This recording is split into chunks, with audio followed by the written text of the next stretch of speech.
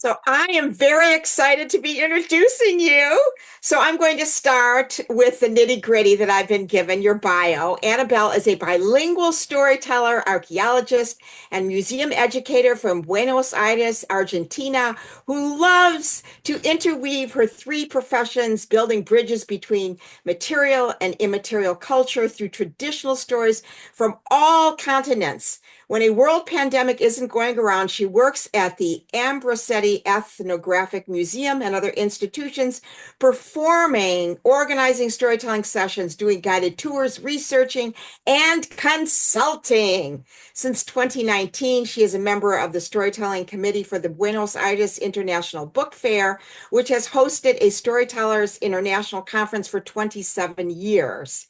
She is a member of Feast, Asian Storytellers. She has been featured with Artists Standing Strong Together in NSN. And this is where I met her online during the pandemic. In 2020, I met her at events. We co-hosted events together. We did tech together. And she became my virtual friend. And then in 2022, I went to Buenos Aires, and I just want to show you a picture. She is real, and this is us together, standing together. I don't have a picture of your feet, but she actually has feet. She's a whole and real person. We had an amazing day together. She took us to see historical sites, the Museum of the Disappeared Persons. We went to the Chinese area of town. We had tea. We went into shops. We talked and talked and talked and talked. And I could have spent much more time with her. And I am so delighted that we are once again together in the same Zoom space. Please help me welcome Annabelle from Buenos Aires with her wonderful tales. Take it away. Thank you so much. Thank you to the Story Space for this invitation, especially for Andrea, who was the one behind saying yes. So thank you, and thank you for Sarah De Beer, who was also the connection through her.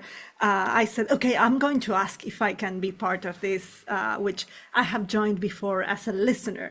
And thank you for this wonderful introduction, Karen. Which, well, it was great meeting you in person, and it's great seeing you again. So let's take it away. Let's start.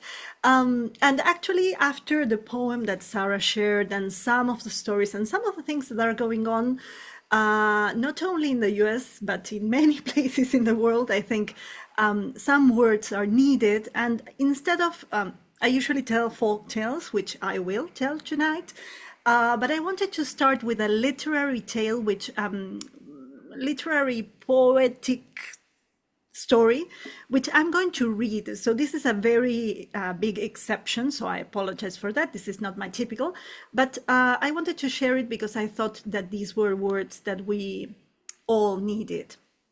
So let me start with their hands were tied or handcuffed, yet their fingers danced, flew, drew words. The prisoners were hooded, but leaning back, they could see a bit, just a bit down below.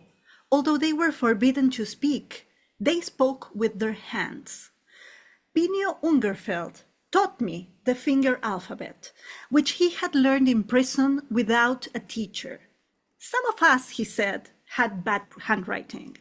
Some others were masters of calligraphy. This happened during the Uruguayan dictatorship, very close to Argentina. And the Uruguayan dictatorship wanted everyone to stand alone, everyone to be no one. In prison and in barracks and throughout the country, communication was a crime. Some prisoners spent more than 10 years buried in solitary cells the size of coffins, hearing nothing but clanging bars or footsteps in the corridors. Fernández Huidrobro and Mauricio Rosenkopf, thus condemned, survived because they could talk to each other by tapping on the walls. In that way, they told of dreams and memories and failings, and in and out of love. They discussed, embraced, fought. They shared beliefs and beauties, doubts and guilt, and those questions that have no answer. When it is genuine, When it is born of the need to speak, no one can stop the human voice.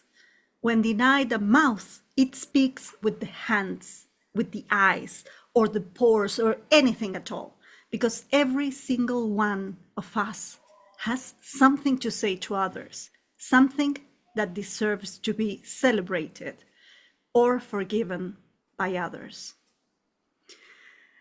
This story is called Celebration of the Human Voice. It was written by the poet and writer Eduardo Galeano in a book called The Book of Embraces. And it's a little bit of a real fiction, because these people exist, and he was a prisoner at one point of the Uruguayan dictatorship. And there are many stories going around on how people sent messages either outside their prisons. They might be hidden away inside the cuffs of their shirts, the neck cuffs, and the Spanish and the English sometimes don't match. But anyway, they were sending all of these messages away. And this story about the messages either by tapping or by signing, which was not LSA or, like ASL happens over there, these are true. So again, Galeano celebrates all the time the human voice, and I think this is something that we need to celebrate and stand up for. And he's not the only one, so I'm going to start with a repertoire which is a little bit more, Galeano is incredible, so I recommend him a lot, and you'll find many things and many thoughts that are beautiful. And luckily he has been translated into English, so it's a little bit more accessible for everyone. And he's not the only one. And so after going to Uruguay, I'm a little bit traveling through Southern America. I'm not going to Argentina yet, but I'm going to visit first Peru. And I was telling the organizers of the story space that actually I had a repertoire for tonight, but I said at the same time, no, I'm going to adapt it to what has been exchanged through, the open session, which is a way in which I adore to weave the stories. So you brought to mind a story that actually I don't tell a lot, and I never practiced it in English, so I apologize for that. So I'm just going to start with a little bit of a summary of it. We are traveling to Peru, and we are traveling to Peru before, at a time in which white people and either white born in Peru or descendants of Spanish had been the high class, and there was a very, very rough, wide gap in between an upper class and the rest of the world. Actually, there was nothing in the middle. So this story was recorded in the 1940s, 50s by a man called José de Arguedas, who he was born among the high class, but at the same time, he was raised by the people in the kitchen, doing the dishes and doing the cooking. And so he learned to love and appreciate the local stories and the point of view of someone that was not actually from his own class. So this is one of the most well-known stories of him in Spanish, which is called the Pongo's Dream. A Pongo is something that this is a very local word in Peru, and it means a person of perhaps mixed heritage, indigenous descent, very poor, and and he's a serf. So we have this lord or this owner of an hacienda, a big landowner, and we have this Pongo, and he's always being mistreated. So you see him getting hit and getting, all the roughest chores are for him, and he's always kept below and always insulted and always, put down. And at one point during Mass, which was obligatory for everyone to go and attend on Sunday, here's this Pongo who doesn't have the right to even sit on a seat, so he has to be standing at the back and at the darkest corner, so the Lord and his servants don't see him. But at one point, the Pongo starts approaching him, and he says, "My Lord," and he's not speaking to God, but actually to this landowner, "My Lord, I need to say this, I need to share this with you, and he was like, what do you want, dog? And that kind of thing, that kind of treatment. So the Pongo starts saying, my lord, I had a dream last night.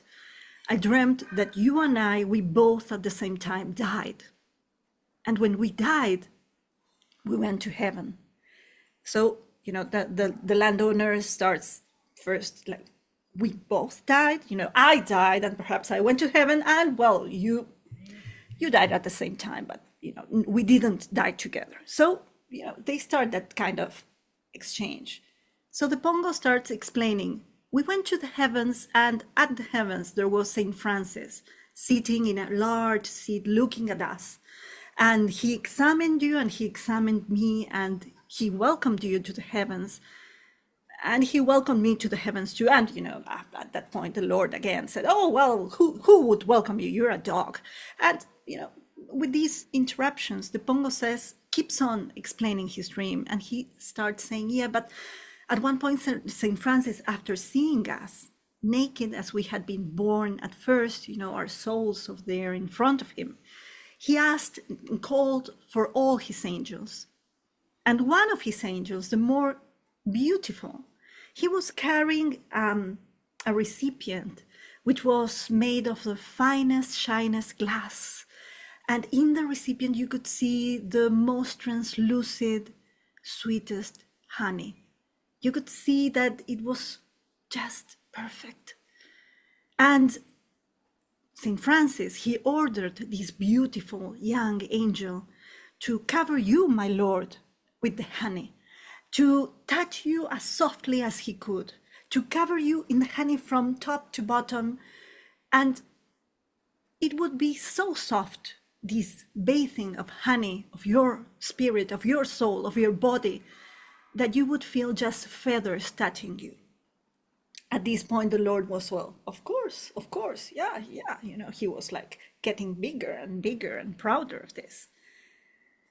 And the Pongo kept on telling his dream, and he said, and at the same time, St. Francis asked for the lesser, the least known angel to bring a can of gasoline, but filled with excrement inside.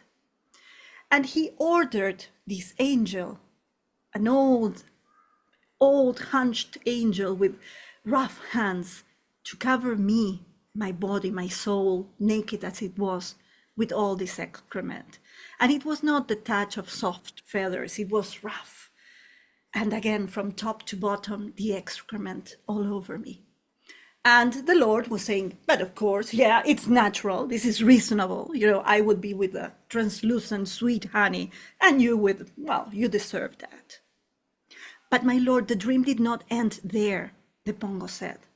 Because at that point, St. Francis looked at you, and he looked at me.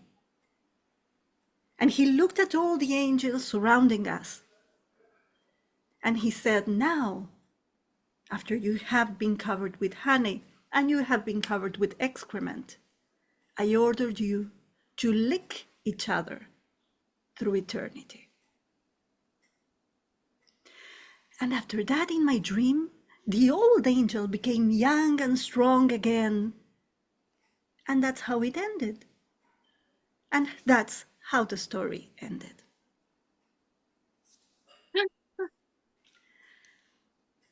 You never know. You never know what's going on. You never know. I probably would not wish to be covered in excrement, but it was a worthy sacrifice if the ending for eternity would be another one. So anyway, we have gone to Peru, and we have reached this story, which again I think has a little bit of the taste or the flavor of some of the stories that were exchanged before. And now I'll invite you to come to my country, to Buenos Aires, to Argentina. And I'm going to tell you a story that I have told in workshops in English. Sometimes I do workshops on storytelling and stories, folktales in South America. And when I teach this story in Spanish, people look at me and they say, this is the stupidest story that you can tell, and I'm not sure. I'm going to let you judge it.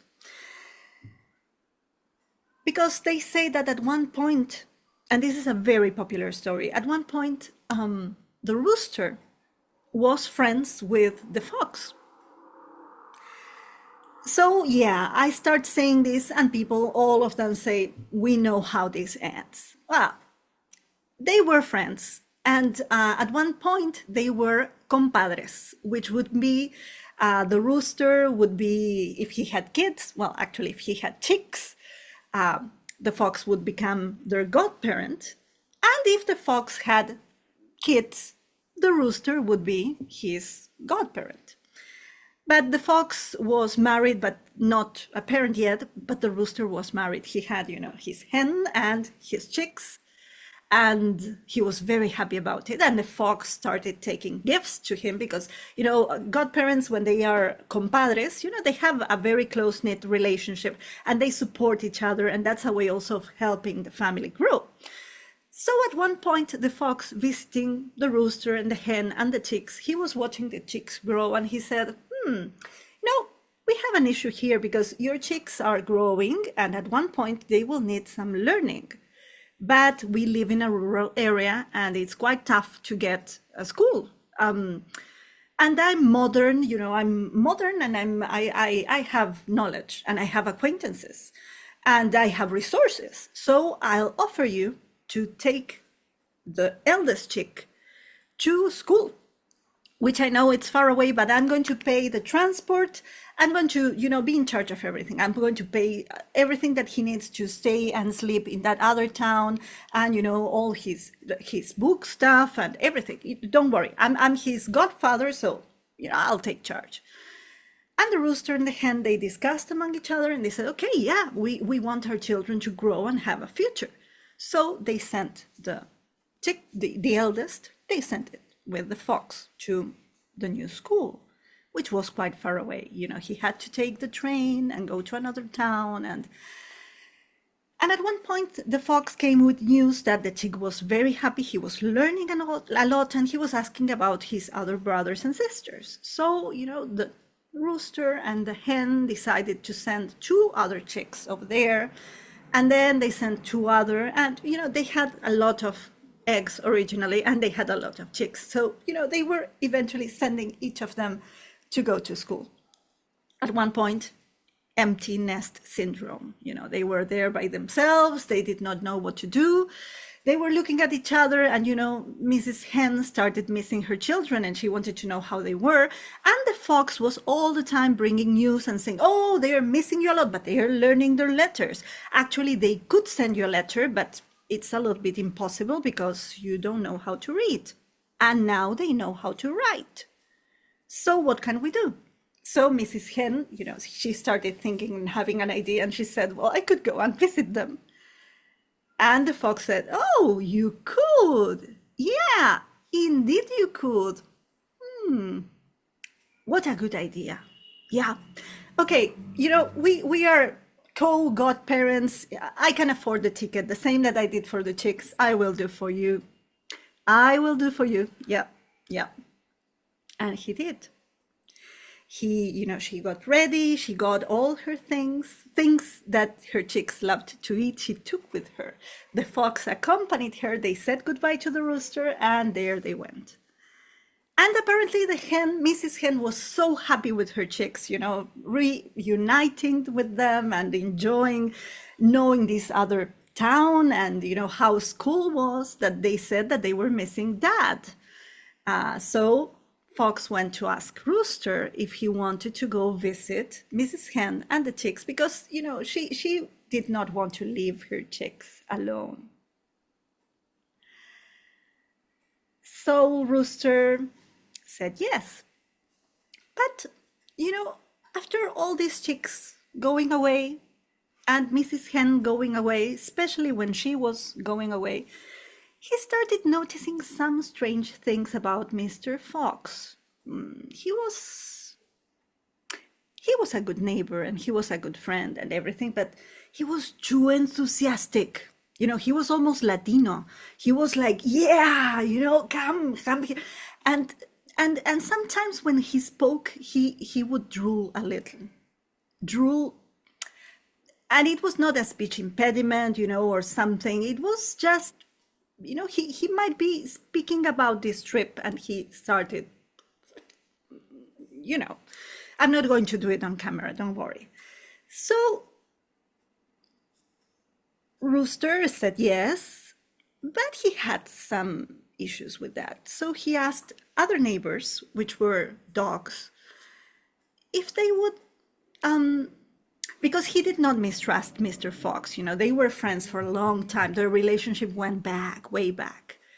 But, just in case, could they perhaps escort him from a little bit far away? Not visible. No. Because if he was going to offend Mr. Fox, that would be an issue. But a little bit farther away. Just checking out things, just in case. So they said yes, and Mr. Rooster prepared everything, and he went on his journey.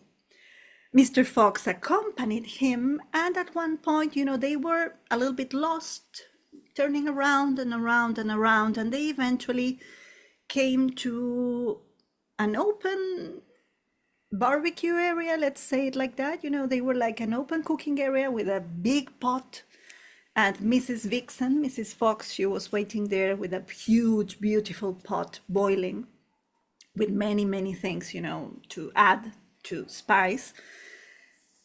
But there was no main dish inside because they were actually waiting for Mr. Rooster. Because, of course, as I started the story, you all knew what had happened with the chicks and with Mrs. Hen, poor them. But they did not know. And Mr. Rooster did not know, but he luckily had asked the dogs. Because when they were about to put him inside the pot, the dogs came and attacked, and the foxes ran away. And Mr. Rooster was saved. And this is the end of the story, and that's when most of my students look at me and they say, this is the stupidest story, because, this was very, we could know, we knew where this was going, and, it's not a dramatic ending, or it doesn't have that twist that sometimes you need with a good story. But at the same time, this story was told by Mapuche people, indigenous people here from Patagonia, when they were sometimes after the Argentinian government in the 19th century and the Chilean government in the 19th century pushed them away from their own territories. And they just, either took them as prisoners and as rough workers and took them to big areas, or pushed them to rural, poorer territories than the ones that they had lived in. By the beginning of the 20th century, you would have very kind-hearted people that would offer to take their kids to schools. And it was not the same as what happened in Canada, or I think in the US there were some cases also, but in Canada for sure. It was not this kind of schools. Actually, these kids were taken as servants. Sometimes they were sold, even if there was no slavery at that time in the country, but they would have like this almost forced serfdom. So the story started being told when this happened. And one might say this is the stupidest story to tell, and this is not powerful enough unless you put the context behind it, and then it hurts a lot. And I might say that for the Mapuche people, this is not the only story in which they tell what happened. There are other stories in which a character escapes from Buenos Aires or from one of the big cities, and they run away and they find a terrible beast that is about to eat them, like the supaitoro, which is like a kind of devil.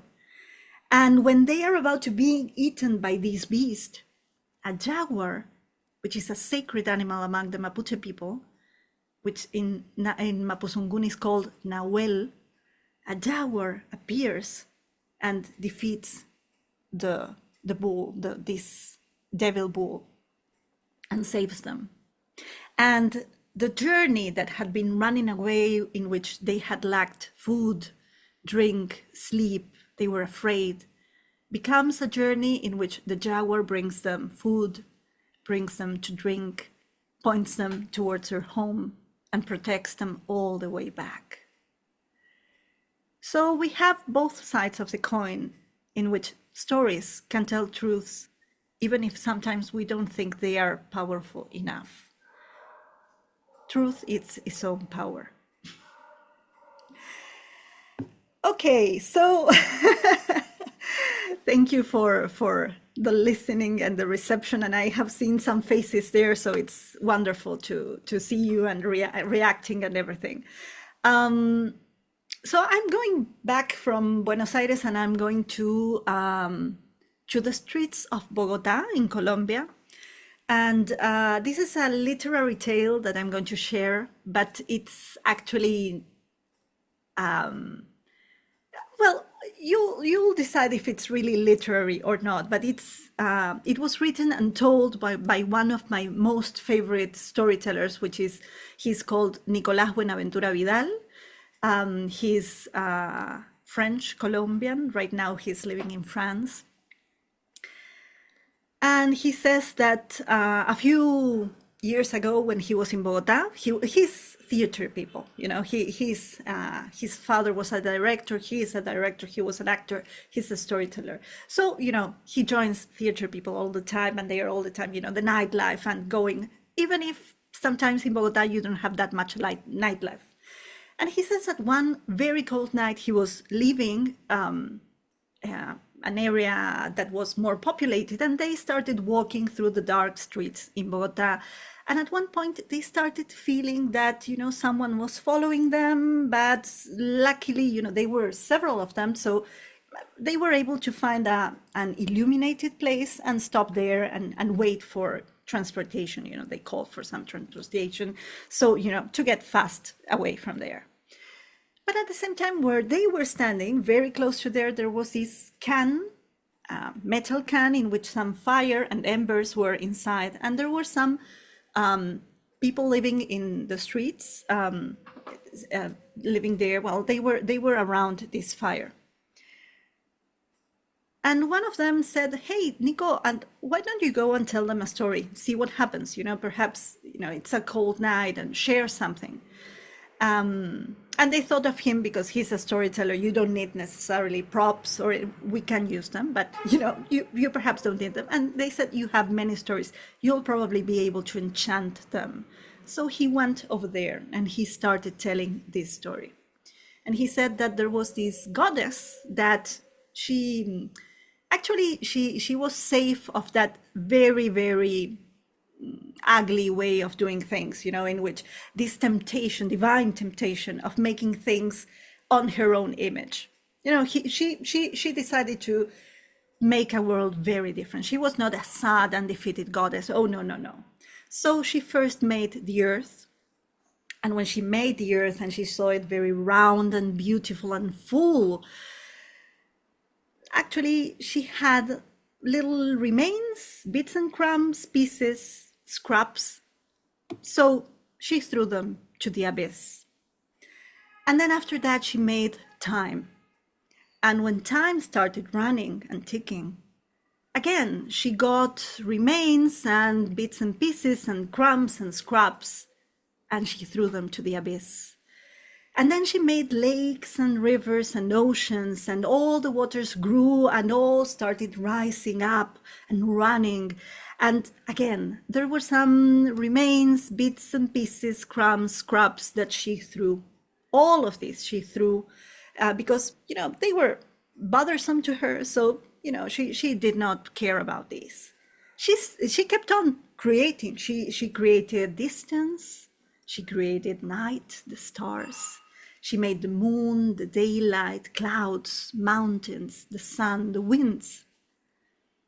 And again, she had these bits and pieces, crumbs, scraps that she threw to the bottom of the abyss.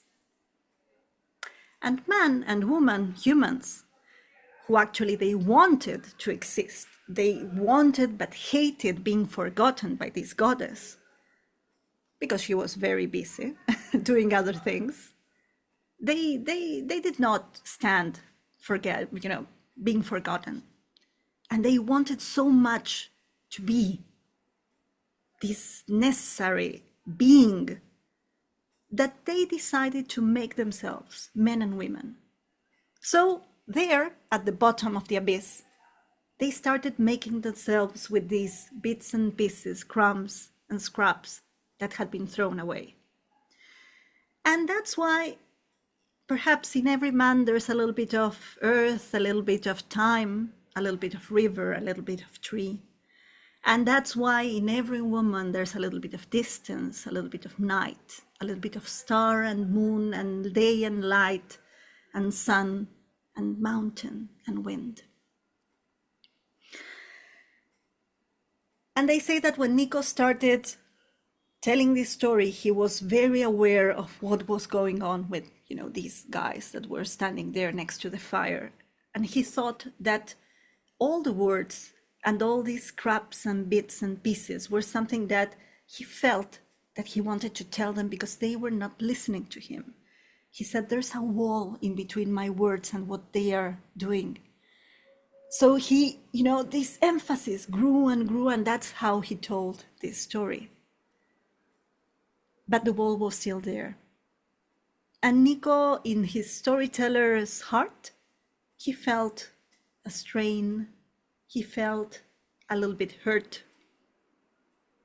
And he went away. The car had arrived. His friends called him and he said, this is what it is. And he left. And a few weeks later, he was again in that area. Again, theater people. But by this time, he was by himself. And he again felt that someone was following him. And it's not the same when you're in a group than when you're by yourself. So he started like walking straight, looking. We women are very used to this all the time, whether it's lighting or not. But sometimes, I'm not sure. I don't want to bash men with, male privilege, but actually we are very used in any circumstances. But in this case, Nico felt that same feeling, you look here and you're very aware and you pay attention, but he could not see who was following him. And he turned around and around and around. And at one point he got almost lost and found himself surrounded by not very nice looking people. Actually, these were very rough characters. And Nico said, okay, this is either, I'm walking back to my home without shoes, luckily with the rest of me intact, or this is me afterwards visiting the hospital. And he waited. And he waited to see what would happen with this group surrounding him. And one of them approached him and he said, bits and pieces, crumbs and scraps. And he left. And they left. And at that point, Nico felt that the wound had healed.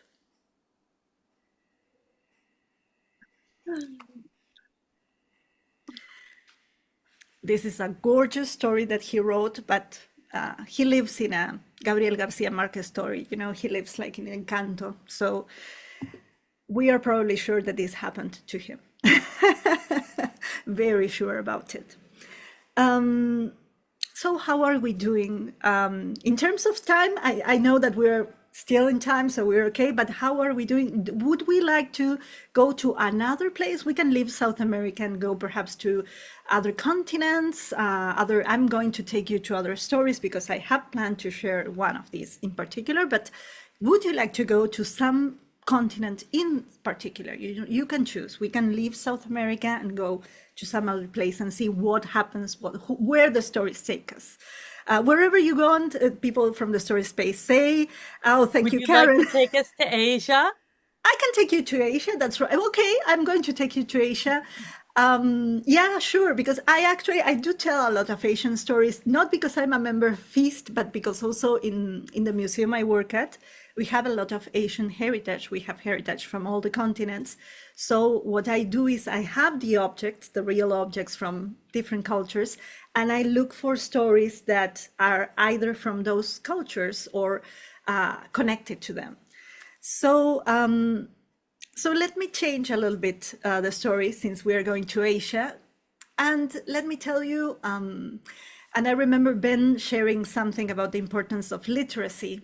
Um, and it's interesting, and it's very, of course, it's important, and we are in a crisis here too, and we have a country that has the tradition of having, free schooling. So sometimes when I find one of these folk tales or stories that speak about people that did not know how to write or read, but at the same time they had memory and they kept, this information and how it carried on. I keep hope, I keep hope, and at the same time I still want to embrace all teachers here and there. So I'm going to tell you a story about people that did not know how to write and read. And they say that a long time ago there was this man and woman that had a baby. It was their first baby. They were so happy about it, and they wanted, as everyone does when you have a beloved either child, human child, or perhaps a furry child also, let's include that, you want to give them the best. And naming, well, we know as storytellers and as story listeners the importance of names. So naming is something that you also want to choose. And he did not know how to read or write, so the names that he had in his mindscape were very few.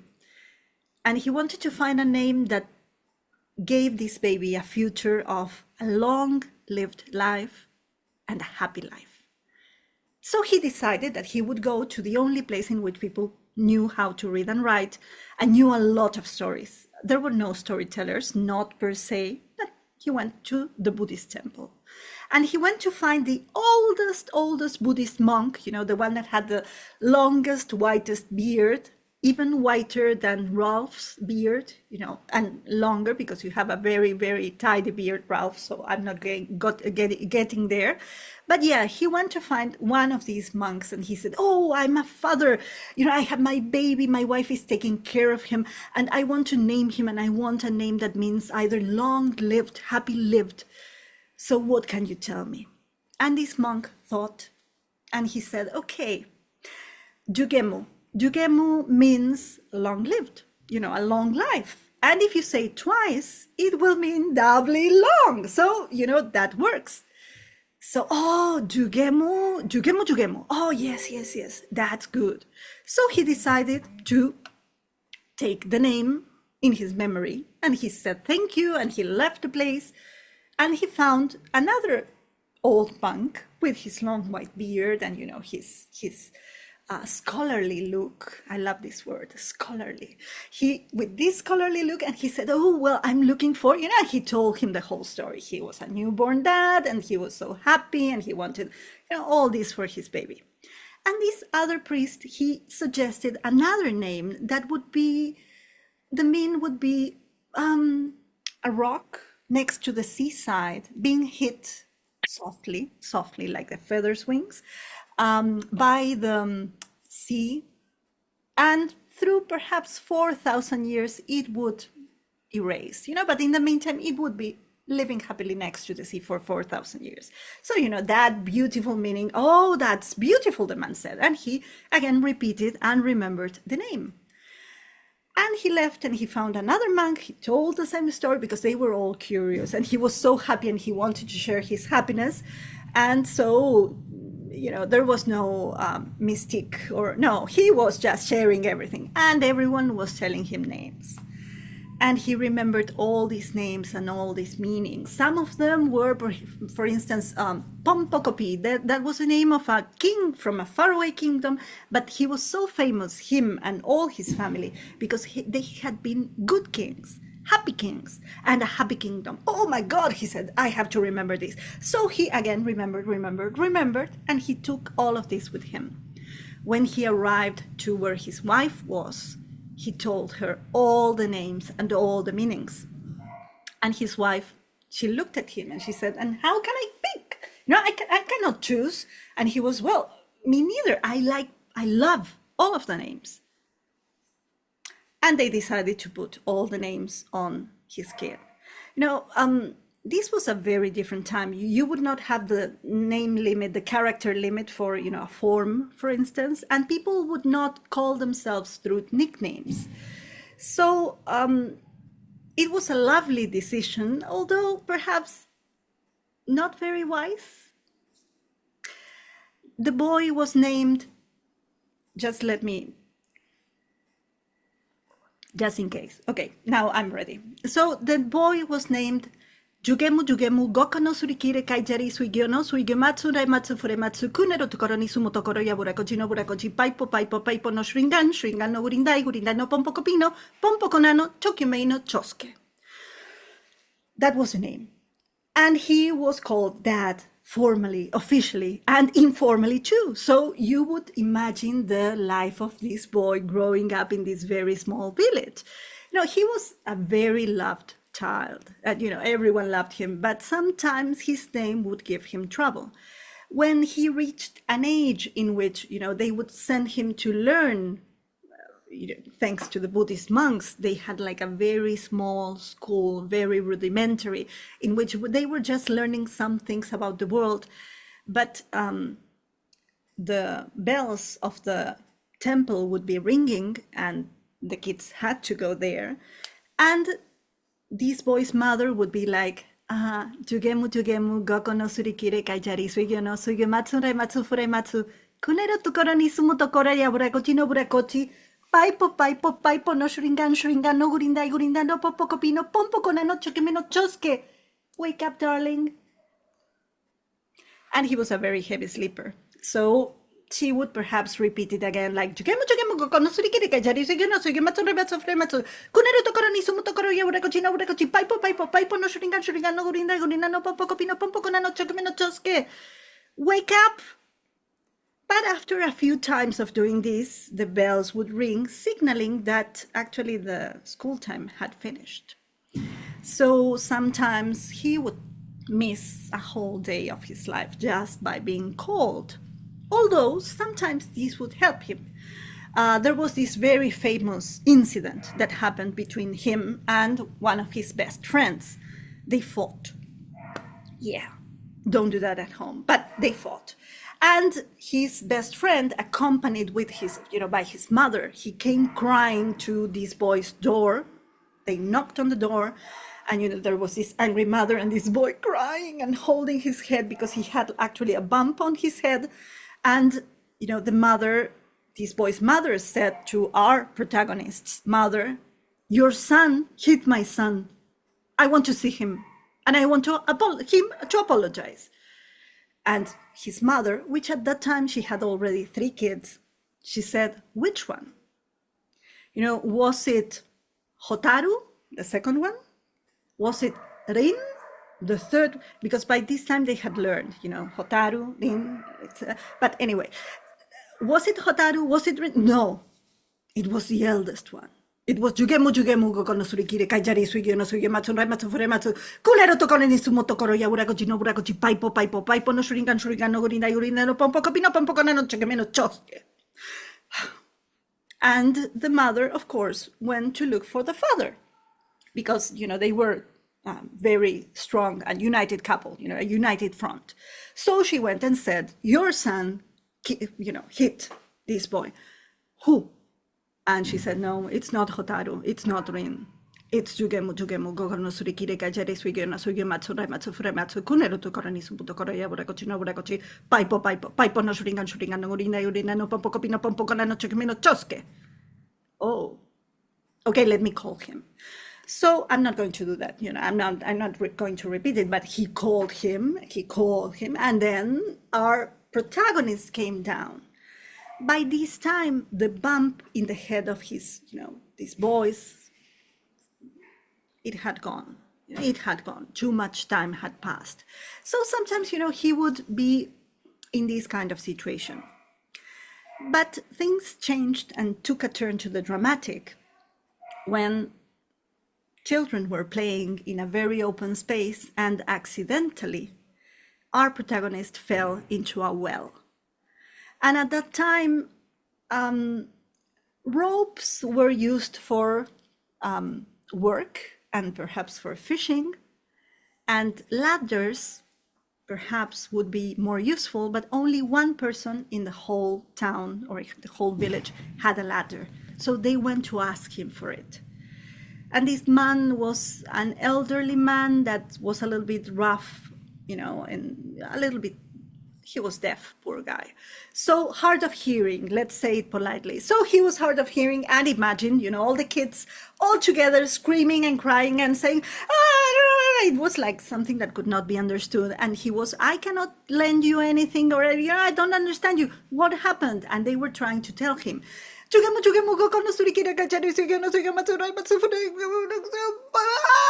And one of them started crying, and then the other one, it's because I cannot say his name. And then the third one started saying, sir, listen to me. It's Jugemu Goko no Surikire Kajari Sugimasu Matsu Funai Matsu Kunero Tokoro Nisumutokoro Yawaragachina Waragachi Pipo Pipo Pipo no Shurika Shurika Luri Dagori Popocopino Popoconada Chokamino Choske. He fell into a well, but at that time, he had lowered his voice and the man could not understand. So they had to repeat it again and again and again. And let's say that this story has two different endings. If we want to keep the lower mood from the first time, we will say that Jugemu Goko no Surikire Kajeri Suigi no Sugi Matsunre Matsufre Matsukunero Tokoro Nisumuto Korea Wakachino Wakachi Pipo no Shringan no Guringa Gurinda no Pompocopino Pompocona no Chogamino Choske lived eternally and happily in the stories that people told about him. And that would be one of the endings in which perhaps they did not arrive in time with the ladder. But I like to tell the other one. So I'm going to tell you that they reached him. He was almost drowned, half drowned, let's say. So they were able to save him. And he lived to an old age. And at that point, at the saving point, let's say, they started calling him only Jugemu, because it was easier and probably less dangerous. But at the same time, as I was telling you in the other ending, he kept on living happily in the stories, because who cannot forget a boy called Jugemu Goko no Surikire Kajari Suigi no Suigi Matsunre Matsufure Matsu Kunero Tokoro Nisumu Tokoro Yaburakochi no Burakochi Pipo no Shurikan no Urinda no Pompocopino Pompoconano Chokume no Choske. Yeah. So you see why I needed to drink some water before telling his name. So we went to Asia. And one thing that happens with this story sometimes is that it eats time. So I want to just finish saying thank you for this gorgeous invitation, and I hope that you enjoyed these stories, and think that there are many kinds of stories and many kinds of resistance, memory, remembrance, ways of bringing community together. And the voice never silences. We have it, and we tell the stories, and we tell the spirit of things all the time. They are here. So thank you so much. Oh, Wow. oh, Annabelle. Thank you, everyone. Wow. And thank you, the people from India, Shraddha, and I think there was here Shilpa, who have connected. I think Shilpa is in the UK, but I'm not sure if she's in India. And thank you No, also she's in India. Oh, how sweet. Thank you so much. And I have also my goddaughter here. So thank you so much for being here again. And thank you, everyone. Oh. And you can keep the recording on for just a moment longer and put yourself in the gallery. And if you can go on camera, now is a wonderful time to do it. Because this is truly a moment in which I understand this tradition, when the storyteller has used all the words, all the words in all the languages, and so beautifully and so skillfully. So when you have done that, Brother Blue taught us that the proper response, and If you can unmute, you can. Anabelle, you are going to look in the gallery and receive, and everyone else is going to cross our arms like this, and we are going to release our energy out to you with an audible Ah.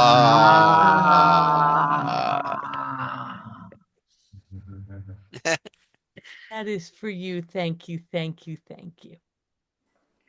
Thank you, and thank you also for the patience of standing of a full session in English for a non-English speaker. You know, English is my second language only. So thank you again. You are not a non-English speaker, though. You might not be a native English speaker, but you are an English speaker. Oh, yeah.